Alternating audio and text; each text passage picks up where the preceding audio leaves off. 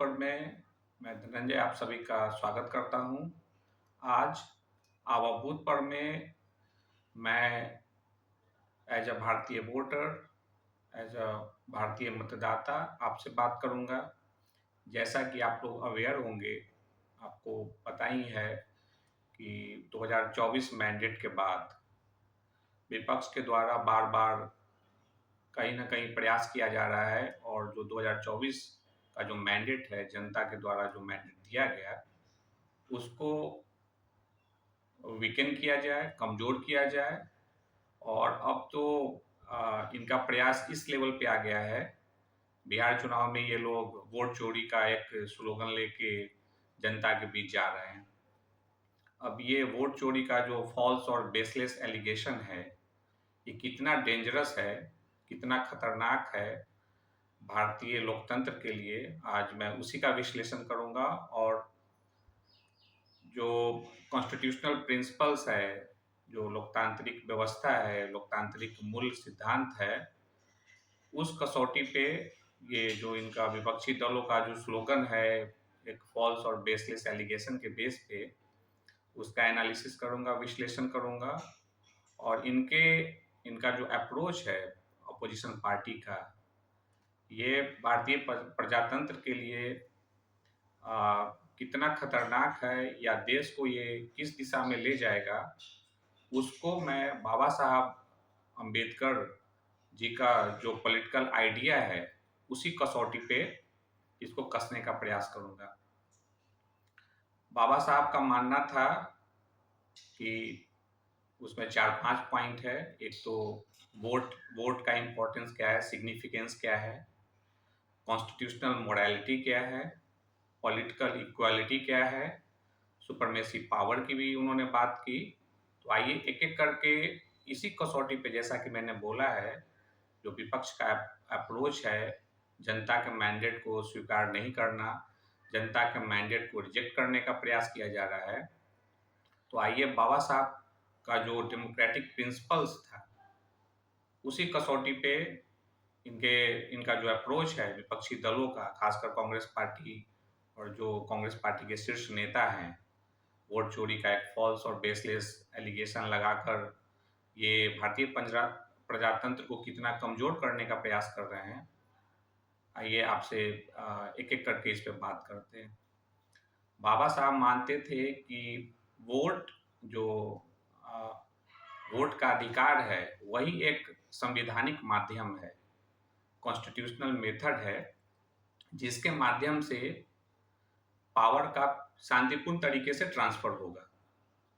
अब आज के पॉलिटिकल एटमॉस्फेयर में अगर आप देखते हैं कि एक एनार्की जैसा व्यवस्था लाने का प्रयास किया जा रहा है, 2024 का जो जनता का मैंडेट है, उसको स्वीकार नहीं किया जा रहा है, उसको रिजेक्ट करने का प्रयास किया जा रहा है, जो विल ऑफ द पीपल है उसको रिजेक्ट किया जा रहा है। ऐसे में क्यों ना समझा जाए जो बाबा साहब अंबेडकर का जो आइडिया था कि वोट ही एक अल्टीमेट मेथड है पीसफुल ट्रांसफर ऑफ पावर का, उसको कहीं ना कहीं निगेट करने का प्रयास किया जा रहा है और देश को अनार्की की ओर ले जाने का एक प्रयास चल रहा है। दूसरा पॉइंट इसी में है कॉन्स्टिट्यूशनल मोरालिटी की। क्या विपक्षी दल भारतीय संविधान का रिस्पेक्ट कर रहे हैं? क्या विपक्षी दल कॉन्स्टिट्यूशनल प्रिंसिपल्स है उसका रिस्पेक्ट कर रहे हैं? क्या विपक्षी दल जो एक शेयर्ड बिलीफ का जो आइडिया है उसका रिस्पेक्ट कर रहे हैं? ऐसा मैं क्यों बोल रहा हूं? बाबा साहब ने साफ साफ बोला है कि जो कॉन्स्टिट्यूशनल मोरालिटी है वो एक फंडामेंटल एलिमेंट है फंक्शनल डेमोक्रेसी की। तो अगर 2024 के बाद जो खासकर जो कांग्रेस पार्टी है उसका प्रयास देखा जाए तो कहीं ना कहीं विल ऑफ द पीपल को अंडरमाइन कर रहे हैं, विल ऑफ द पीपल को कमजोर करने का प्रयास कर रहे हैं। तो ये सीधा दर्शाता है कि ये जो कॉन्स्टिट्यूशनल मोरालिटी की जो बात है, इस कसौटी पे तो ये बिल्कुल खड़े नहीं उतर पा रहे हैं। और वो ऐसा क्यों कर रहे हैं? बाबा साहब बोलते हैं कि ऐसा कोई पॉलिटिकल पार्टी या नेता इस तरह का प्रयास कर रहा है, इसका मतलब वो अपने पर्सनल गेन के लिए कर रहा है या तो जो उनकी पार्टी है उसके गेन के लिए कर रहा है। इसी कड़ी में जो अगला जो कसौटी है बाबा साहब का, पॉलिटिकल इक्वालिटी की वो बात करते हैं। पॉलिटिकल इक्वालिटी में बाबा साहब बोलते हैं, बताते हैं कि irrespective of caste, colour, region, religion, कोई भी व्यक्ति हो, भारतीय मतदाता है, उसका एक वोट, एक व्यक्ति, और उसका वैल्यू भी एक ही है।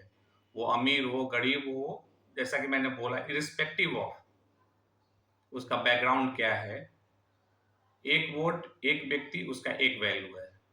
तो कहीं ना कहीं ये जो पॉलिटिकल इक्वालिटी का जो प्रिंसिपल है, उसको भी आघात किया जा रहा है, उसको भी रिजेक्ट किया जा रहा है। अब इसको अगर जोड़ते हैं, तो बेसिक फंडामेंटल प्रिंसिपल है पॉलिटिकल इक्वलिटी तो बाबा साहब का। तो इसमें तो ये हो गया कि जिन लोगों ने कांग्रेस पार्टी को वोट नहीं किया है, उन मतदाताओं का जो वोट है उसका कोई वैल्यू नहीं है उनकी नजर में, देयर इज नो वैल्यू। तो ये काफी डेंजरस साइन इंडिकेट करता है, जो एक फंक्शनल डेमोक्रेसी है, जो भारतीय प्रजातंत्र है, उसके लिए काफी डेंजरस है। और मुझे लगता है कि ऐसे चीज, इस तरह के अप्रोच से अपोजिशन पार्टी को बचना चाहिए। नहीं तो बिल्कुल, जो हमारा प्रजा बोलते हैं कि भारत वर्ल्ड का सबसे लार्जेस्ट डेमोक्रेसी है, कहीं ना कहीं उसको ठेस पहुंचाने का प्रयास किया जा रहा है।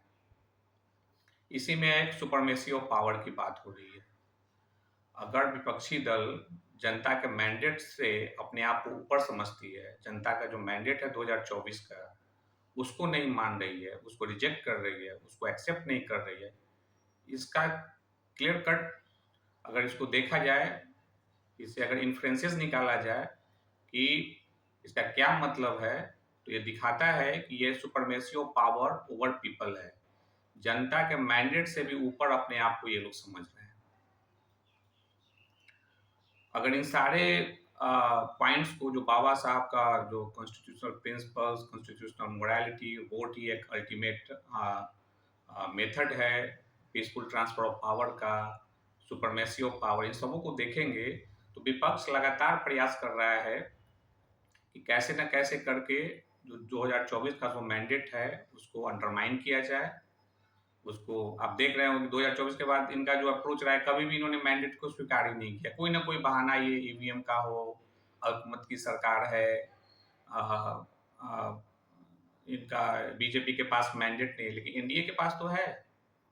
जो एनडीए घटक दल की जो सरकार चल रही है, उसके पास तो मैंडेट है। उसको कैसे आप नकार सकते हैं, उसको एक्सेप्ट कैसे नहीं करेंगे? और अभी तो बिल्कुल इन्होंने अंत कर दिया, एक फॉल्स और बेसलेस एलिगेशन लगा दिया वोट चोरी का। जनता के मैंडेट को ये बोल रहे हैं वोट चोरी, वोट की चोरी की सरकार है।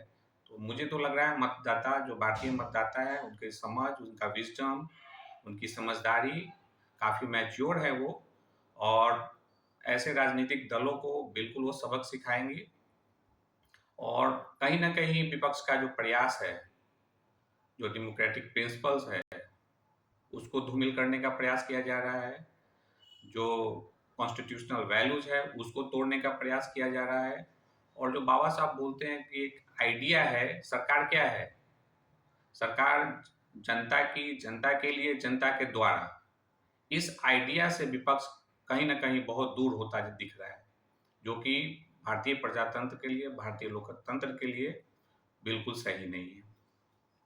ऐसे में सवाल उठता है, भारतीय मतदाता क्या करें? हमारे पास क्या ऑप्शन है? हमारे पास बिल्कुल मत का अधिकार जो भारतीय संविधान ने दिया है, इससे बड़ा तो कोई अपॉर्चुनिटी ही नहीं है। और दिख रहा है कि बिहार का चुनाव बिल्कुल सामने है।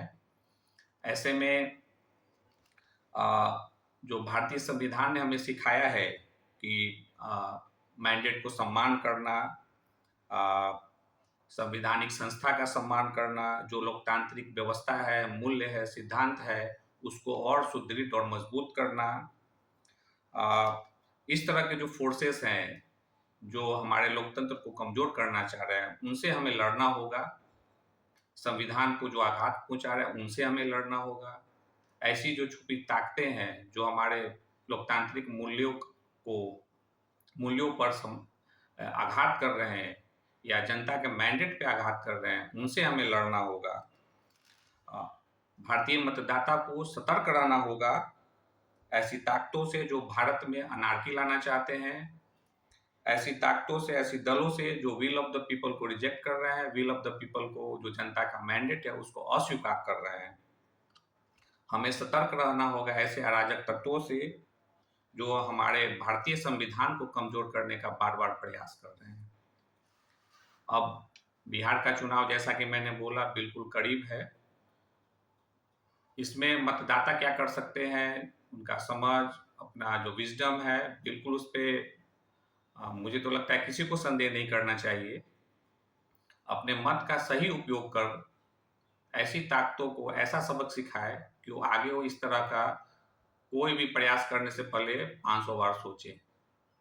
मत का अधिकार का सही दिशा में प्रयोग करें और देश को और मजबूत बनाना होगा, देश विरोधी ताकतों को हराना होगा और देश को विकसित बनाने के लिए मत का जो अधिकार है उसका सही उपयोग करना होगा। बहुत बहुत धन्यवाद।